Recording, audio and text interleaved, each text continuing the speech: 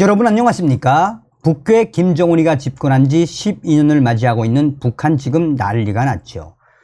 최악의 식량난과 최악의 외환난, 경제난 등 김정은이가 집권한 지금이 바로 제2의 고난의 행군 때보다 더 어려운 삶을 살고 있는 북한 주민들. 지금 북한의 제2의 도시라고 할 수 있는 함흥이 발칵 뒤집어졌습니다. 일본 언론이 이 소식을 소상하게 전했습니다. 일본 언론 아시아 프레스는 북한 내부 제2의 도시 함흥에서 다수 사망 정보, 굶주림과 병으로 죽고 있다. 범죄 늘어 도시는 살벌, 왕래자의 증언이라는 제목으로 지금 현재 함흥시가 얼마나 난리가 났는지, 왜 발칵 뒤집어졌는지 소상하게 전하고 있습니다. 추정 인구 70에서 80만 명으로 북한 제2의 도시인 함경남도 함흥의 민생 악화가 심각한 것으로 나타났습니다.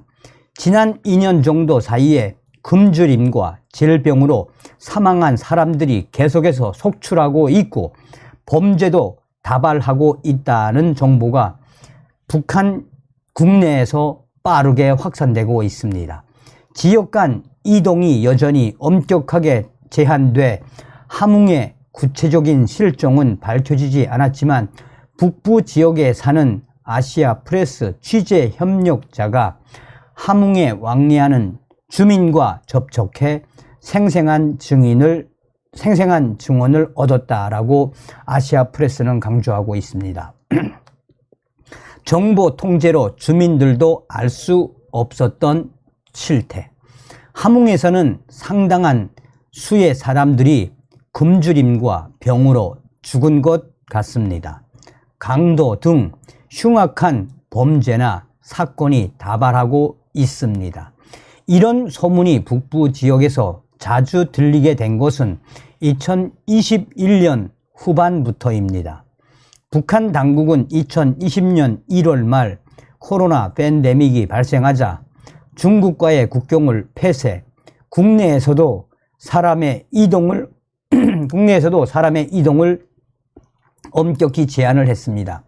그 때문에 북한 사람들도 다른 지역의 사정을 파악하기 어려워졌습니다. 아시아 프레스에서는 북부 도시부에 사는 취재 협력자들에게 함흥 현지 방문을 타진했지만 당국으로부터 출장이나 여행의 허가가 나지 않았습니다. 협력자 중 한 명인 A씨가 다음과 같이 설명했습니다. 함흥의 사정이 꽤 나쁘다는 소문은 모두 들은 적이 있을 것입니다. 하지만 상황을 자세히 알려고 하는 건 주저하게 됩니다. 최근에는 유언비어에 대한 단속이 심하고 나라에 좋지 않은 정보를 입에 담고 있다고 밀고를 당해 조사를 받는 사례가 많이 나타나기 때문입니다. 라고 전했습니다. 5월과 6월에 굶주림과 병으로 사망자 증가. 8월 초순 북한 내부 협력자 A씨는 함흥에 왕래하는 B씨와 만날 기회를 얻어 현지 상황을 들었습니다. B씨는 이렇게 증언을 했습니다. B씨에 따르면 함흥에서는 코로나 당시에 많은 사람이 죽었는데 올해는 굶어 죽는 사람들이 너무 많다라고 했습니다. B씨가 오가는 함흥의 땡땡 구역에서는 올해 5월에서 6월에 인민반마다 평균 3명 정도 죽는 사람이 나왔습니다. 동마다 시체 처리를 전문으로 하는 일꾼들까지 두고 있다고 합니다. 집집마다 모두 생활이 힘들어서 시체는 천에 싸서 집에서 내기만 하고 장례식도 치르지 않는다고 합니다. 라고 증언을 했습니다. 김정은 정권은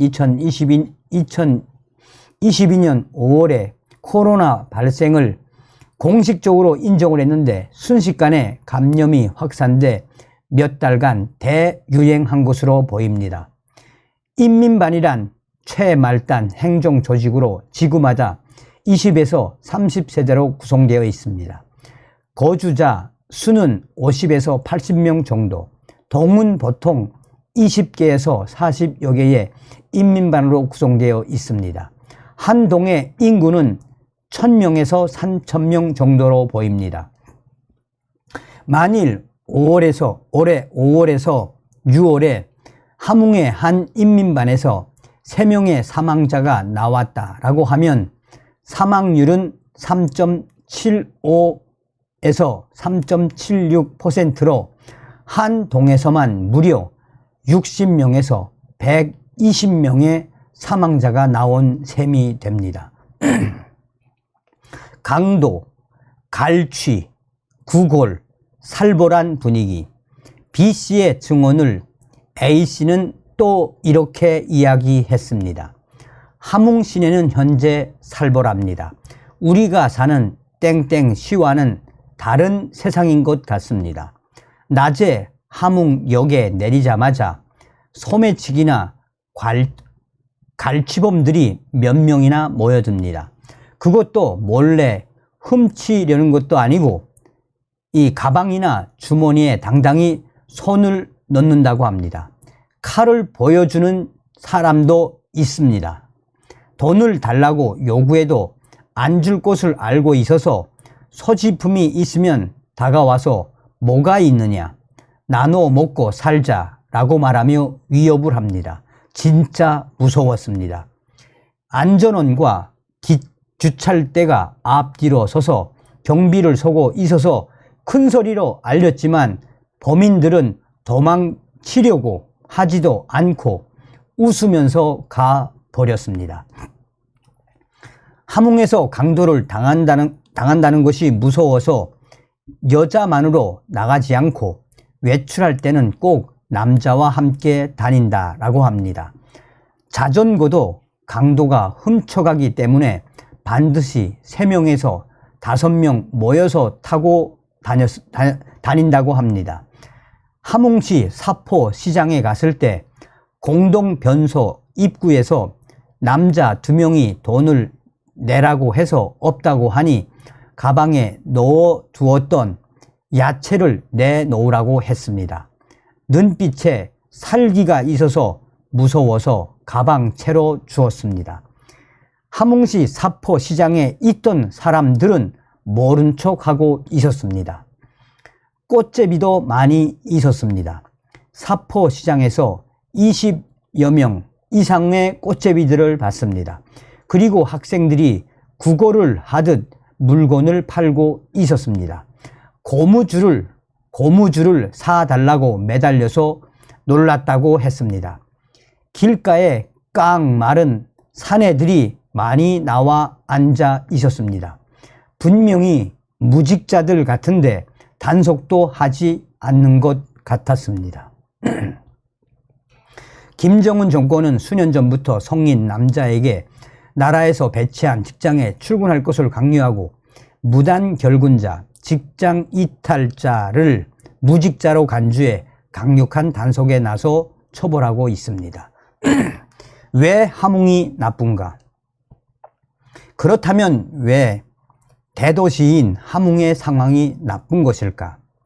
인구가 많고 농촌이 가깝지 않기 때문입니다. 라고 여러 북한 취재 협력자가 한 목소리로 설명했습니다. 사실은 1990년대 후반 대기근 때도 함흥에서는 다른 도시보다 훨씬 많은 사망자가 나왔습니다. 함흥은 화학과 섬유 관련 공업 도시입니다. 종업원 수가 5,000명이 넘는 큰 공장들이 많이 있습니다. 90년대 후반 경제 마비에 의한 사회 패닉이 발생한 북한에서는 식량 배급 제도가 거의 파탄이 났습니다. 공장 노동자가 많은 함흥에서는 한시에 많은 사람이 굶주림에 직면하게 됐습니다. 인근에 농촌이 적기 때문에 유입되는 식량의 양에도 한계가 있습니다. 개인 경제 활동 제한이 타격.